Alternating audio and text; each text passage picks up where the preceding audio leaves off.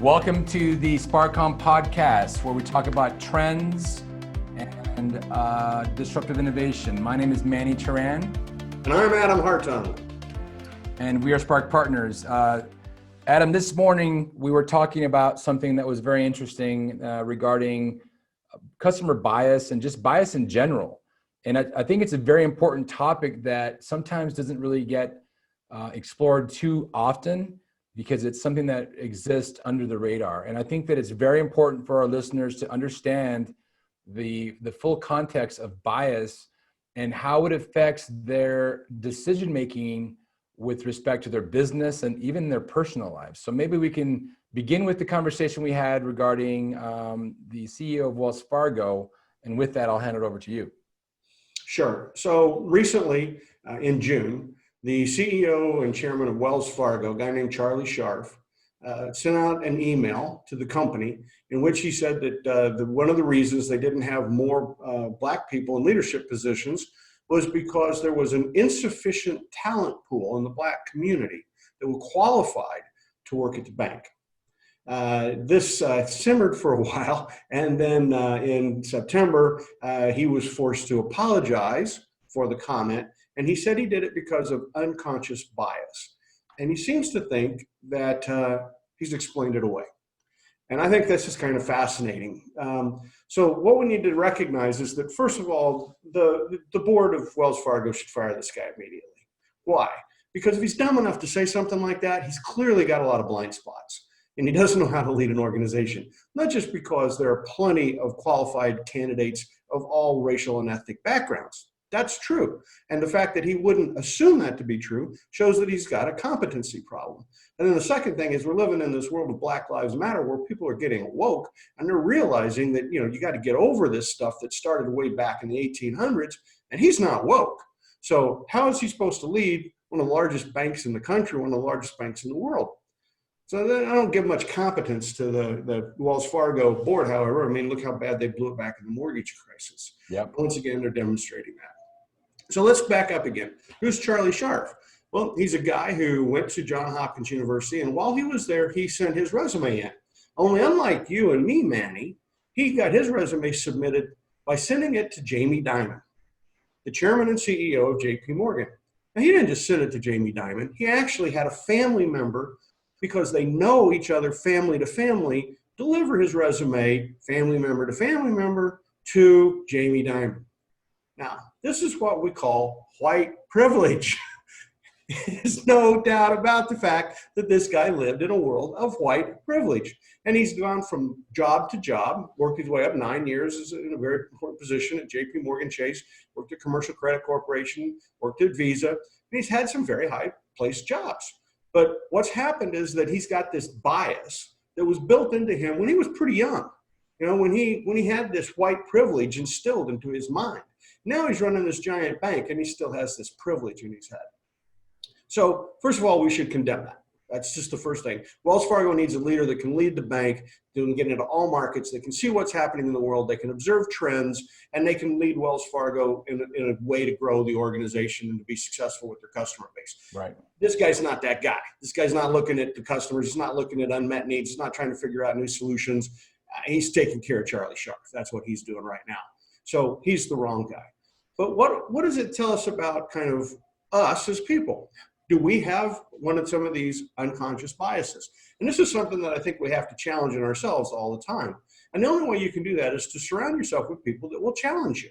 Yep. People that will kind of, when you say something, raise their eyebrows and you'll have to look at them and they say, let's take a look at what you just said, right? Yeah. What kind of a bias was implied? So like, for example, in the banking industry, the things in turmoil, we'll have a future podcast where we'll dig into the industry overall. But what we know is that there's all kinds of stuff happening in the industry in fintech where we have, banks that are coming online that you've never heard of. They don't even have physical presence. You can get credit cards online from organizations you've never heard of. You can get a mortgage without going to a bank these days. There's all kinds of changes happening in the world of financial services. Mm-hmm. And at the same time, we even have the emergence of cryptocurrencies, right? What's Wells Fargo doing about any of that? Nothing. Why not? Because they're biased, right? They're sitting there looking at the business that they've always had and thinking, well, this is the way the banking works. These are the regulations and this is the way the game is played. And they're biased not to look at what's going on around them. And so this is what we need to do is we need to be entrepreneurs. We need to think about our customers, and we need to get over our own biases that keep us from thinking we can get into a business. The auto industry swore that Elon Musk was never going to be successful. Right. And this is why if we can challenge our biases, then we can start seeing how we can take advantage of the bias of the industry. If somebody's out there and they're biased and you can see that they have this view that the business has always got to be run this way, then it gives us an opportunity to come in there and do something new and different. Oh, it doesn't have to be run that way. What's an alternative way that we could do it? So do you have any experiences in your background, Manny, where you've come across these sort of biases and you've seen how they've hurt somebody or they've created an opportunity? Yeah, all kinds of places. The company I ran before as Terra would deal with both small and large companies, and it was interesting, like Raytheon and other ones. And it was always interesting to hear what the engineers would say at the large companies versus the single player entrepreneur startups. And one of the things they would often say is, well, we can't do it that way. And our team would say, well, why not? Right. Well, that's just not how it works. Right. And then we would have to have a conversation with them that the world of engineering was basically applied physics, and all the constructs that he's talking about are those that belong to a large company. And at the end of the day, when we were able to gently, and sometimes not so gently by beating them in the head, educate them on the process, and when they really captured the essence of the idea of, in the case of what we were doing, something called agile engineering or agile software engineering compared to their waterfall engineering, it opened their eyes and they thought to themselves, is that even possible? And so what inevitably would happen is that we would have an engineer that we'd work with at a large company, and we'd start going and getting some momentum. And then at some point in time, their manager would hear what they're doing and would put a kibosh to the project. That happened several times. That happened at another company we were doing business with, a solar company, where dealing with the engineer level, we were making great progress. Once upper management heard of what we were doing, they came in and they said, nah, this is not the way we do things in this company. I'm sorry, but we're gonna have to shut down the project. So in both those cases, it was to the detriment of commercializing the technology, to the detriment of the engineering staff, and at the end of the day, to the detriment of the entire market, because we were not able to manufacture those devices because of some bias about the way they, quote unquote, things operate in this company. Yeah. In 2019, I had some interactions with an organization called the Entrepreneurs Organization, or goes by EO. You can look them up online. And, this is it's an organization that tries to bring together entrepreneurs to support each other. And they said, what are the qualifications to join this organization? And they had these qualifications that were like, you had to have a certain size revenue and you had to have a certain number of employees. And all of their qualifications sounded like something that was created in 1975. And when I asked about it and did some research, I realized that's when the organization was created, around like 1970s, right? It started off and went through a couple of changes, but these rules that they had, the way the organization was structured, was all out of the 1970s and early 1980s. So I asked the question, I said, about a third of the people working in the United States today are gig workers. Gig workers have to be entrepreneurial. They've got to think about where they're going to get their next project. I mean, if you're doing graphics or whatever you do, if you're working for yourself, your part sales, your part delivery, and you're always thinking about what your supply chain looks like. Same issues that everybody else has. And you might even have, and I know a lot of people that are making well over $1 million a year, and they don't have any employees. They have a lot of people that work with them. Everybody's on a 1099, right? You use the resource as you need the resource. These people were denied access to the Entrepreneurs Organization. When I asked why, they said, well, we don't want gig workers. Okay, this is one of the biggest economic phenomenons in the last 50 years, emergence of the gig economy. It's growing in double-digit rates. People are losing their jobs everywhere. They're joining the gig economy, and you don't want them in your organization because they don't fit your definition of an entrepreneur? See, that's bias. That's a built-in bias, and they need to address it. And I think our entrepreneurs need to address it, because a lot of entrepreneurs will start thinking to themselves, "What does it mean to be an entrepreneur?" And they a lot of times want to get out and collect resources. They want to build up resources, so they want to hire people. They want to rent a building. And where do we go? And that's a bias. I had a computer problem recently, and there was a fellow that I worked with in Las Vegas because I'm a gig economy guy, and this fellow had helped me solve my Mac computer problems. I reached out to him, and when I called the number, they said, first thing they said was, "We no longer have a physical presence. We have shut down our office. Please leave a message because we are continuing to work, and we will call you back." Oh, this is fascinating. The guy calls me back, and he says, "Yeah." He said, "You know what? I shut down the building when the pandemic hit. It's saving me $2,500 a month in rent, saving me $500 a month in utilities." He starts going through all the savings he has. And he says, "The second thing is I get calls, and now I go visit the customers." He says, I'm solving problems so much better now than I did before, because the customer had to come in my location, describe their problem. Now I walk into their location. Right. I see the problem, and I'm able to solve it more quickly. He's telling me this on the phone, right? And he said, if anything, his business is better than it used to be. It's easier. Right. His customers are happier. And the implication was he was generally his revenues were up too, although I didn't want to get too specific and pry into his business. He said things were going very, very well. Yeah. This is just an example of a small business where the guy was biased and he thought he needed a storefront. Pandemic comes along, he lets that disrupt his way of thinking, and he gets rid of that bias, gets rid of the storefront, and now he's in a position where he says he's doing better than he had done before. Right. So these are this is what I think we want to encourage our people that are watching our podcast, just to recognize where you might have a bias. Are you spending money? Do you think you have to go to an office? What do you think you have to have? And then start challenging, do you really need that? Right. Just imagine if that entrepreneur organization, EO, would have in the early 2000s or whenever, at some point in time, really opened their arms to the gig workers and started doing some serious social media blitzes, all that. Right now there are billions of dollars that are existing in the marketplace of supporting gig workers and entrepreneurs and people they're going after their idea. Yep. People like Gary V, Grant Cardone, we've talked about these people, at least I have in the past. And these people are, they amassed billions of dollars of wealth because they are catering. They're basically the EO of 2020, 2021, right? They're the EO of now, right? They have created their own marketplace. And you're absolutely right. The value delivery and the value has really, at least with the pandemic, we've talked about this in the past, that it's only accelerated what was already there. Right. And that is, and for the people that are, part of our community, the more that they can realize that things aren't going back to the way they were, the more they can realize that they have built-in bias and take a step past that, the sooner they can make more money. So let's get back again to the big trends that are driving us for the next 5 to 10 years. Mobile, operating asynchronously, operating in the gig economy, and adding artificial intelligence or adding intelligence to what you solve. So what has this guy done? One, he's taken his business from static, one location, to mobile. He's gone mobile with the business. Number two, he takes a phone call, which he then responds to. Obviously I could have texted him as well.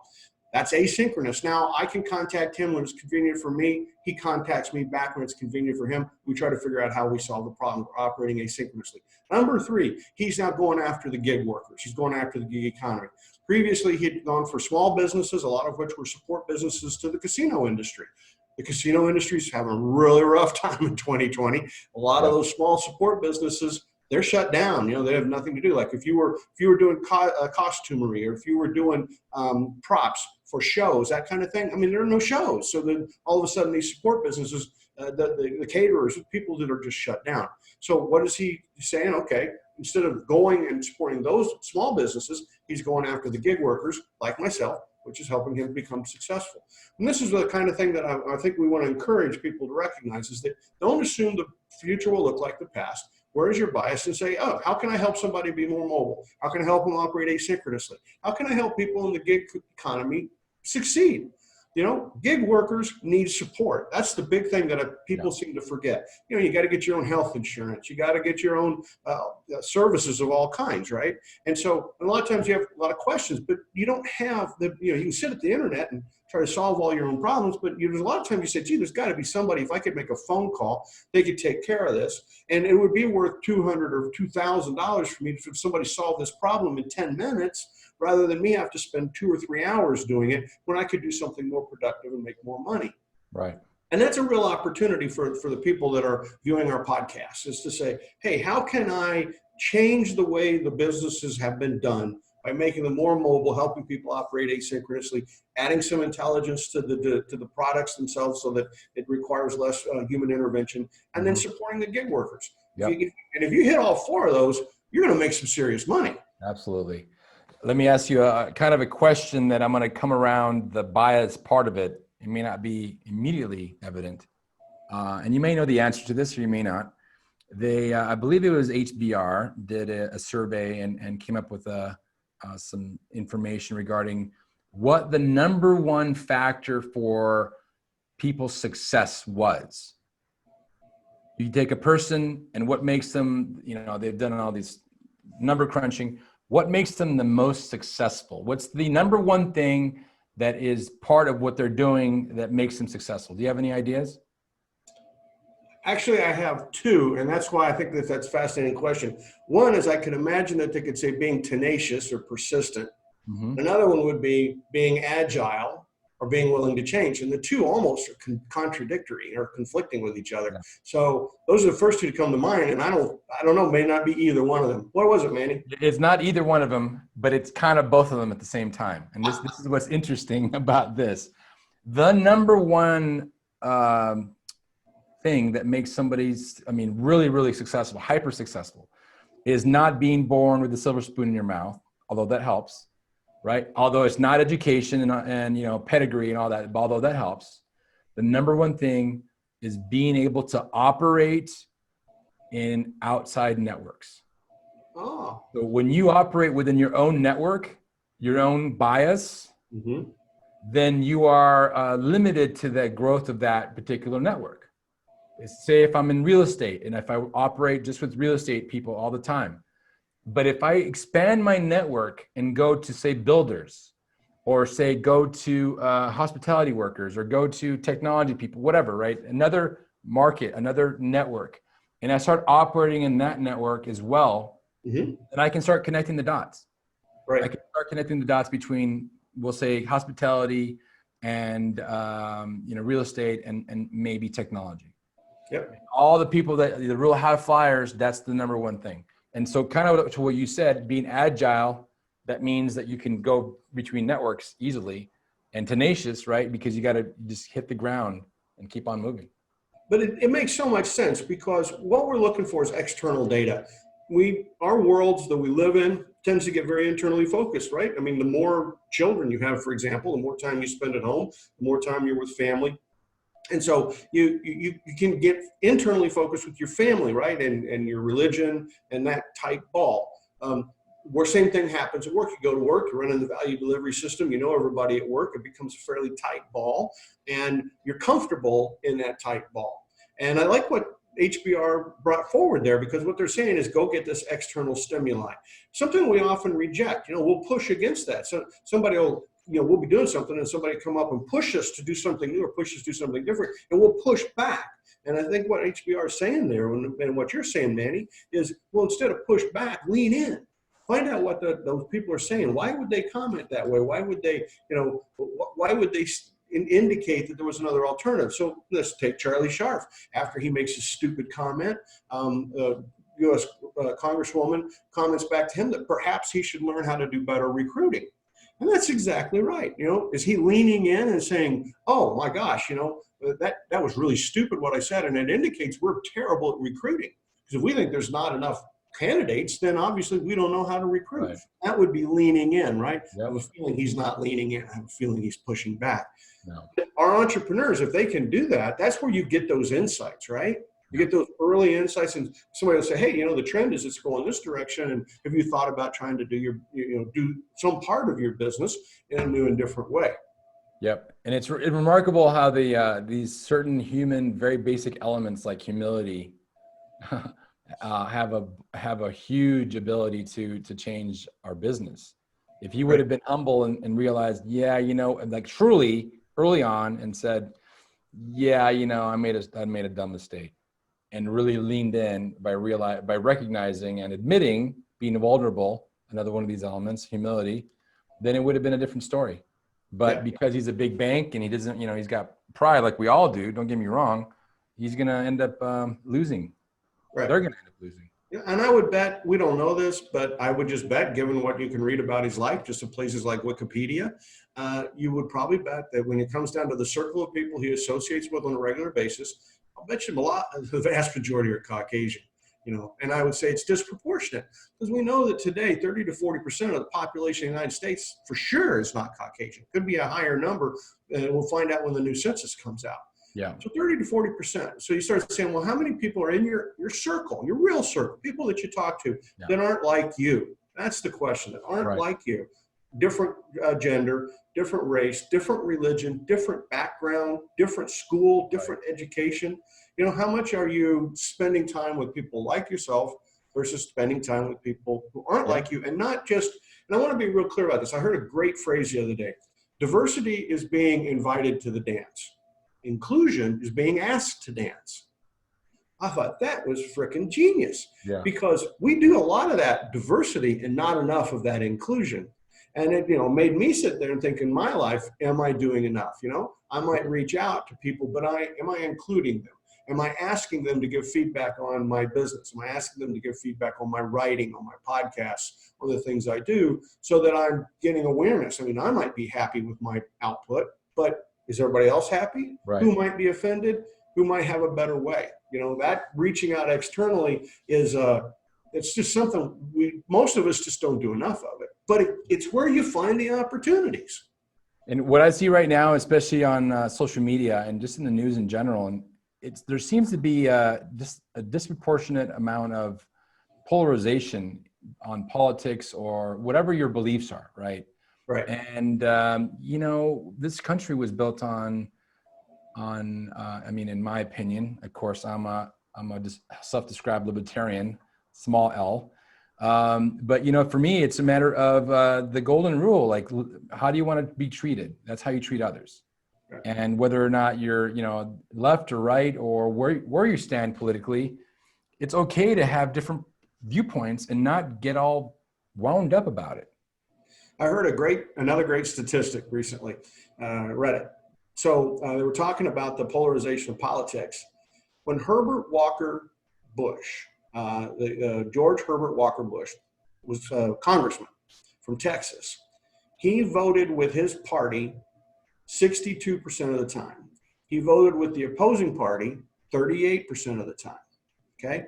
Now, most people think George Herbert Walker Bush was a decent guy and was a decent president, did a pretty good job there. He's pretty well liked. Historians give him good marks, but recognize that he voted with the opposition party almost 40% of the time.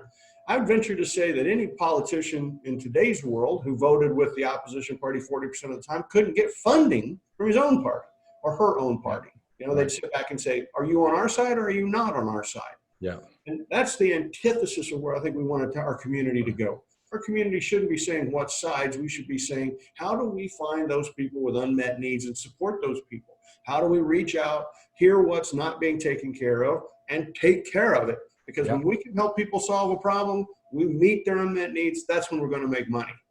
Yeah. And I think for those listening to the show, it's a matter of recognizing what those biases are, like we started the conversation. Right. And seeing how they can either pivot their business to meet those or create a business to meet those. Yep. Yep. So in the last minute we have here, what are the steps that our entrepreneur listeners can do? I mean, short of just scouring, I mean, I think they could look around in their own domain. Where are they now in their life? What's the walk they take back and forth to work, so to speak, or to the store? And how can they expand that and look around at different neighborhoods to see how other people are consuming and producing, and pivot their business to do that. And I think it's a big deal. When somebody asks you why you do it a certain way, you explain it and you say, is there an alternative? Ask people if they're an alternative. Learn how to lean in, learn how to listen, lean in and listen to what people are saying, especially if they're saying something that's new, original, different, or challenging. Right. It's a great time to lean in and do a lot more when you're around other people of asking, how would I do that? Use the ands, not the buts, right? And I could do that, and that would be better how, and stay away from saying, but I can't because of this, or but there's a problem. Go with the ands instead of the buts. Some of these are small changes, but you make those small changes in your daily life, it's going to affect that external input, and those are going to start to open up and give us more opportunities. Right. And we've talked with an entrepreneur in the past, and one of the things that we discovered that is very powerful and is a huge pitfall is when you go out to your own network to ask for feedback. Yes. You're going to get lots of feedback that's positive because everybody likes you and doesn't want to upset you. But if you go to the entire network or to the entire market, and including those people that don't like you, you're going to learn a whole lot more and go a whole lot further. Yeah. So with that, Adam, it's been a wonderful conversation as always. And we will be continuing the conversation on lots of really cool topics on innovation and trends and how to grow your business. You keep challenging my biases, Manny, and I'll keep trying to challenge yours. All right. I agree. Thanks. Take care. Thank you.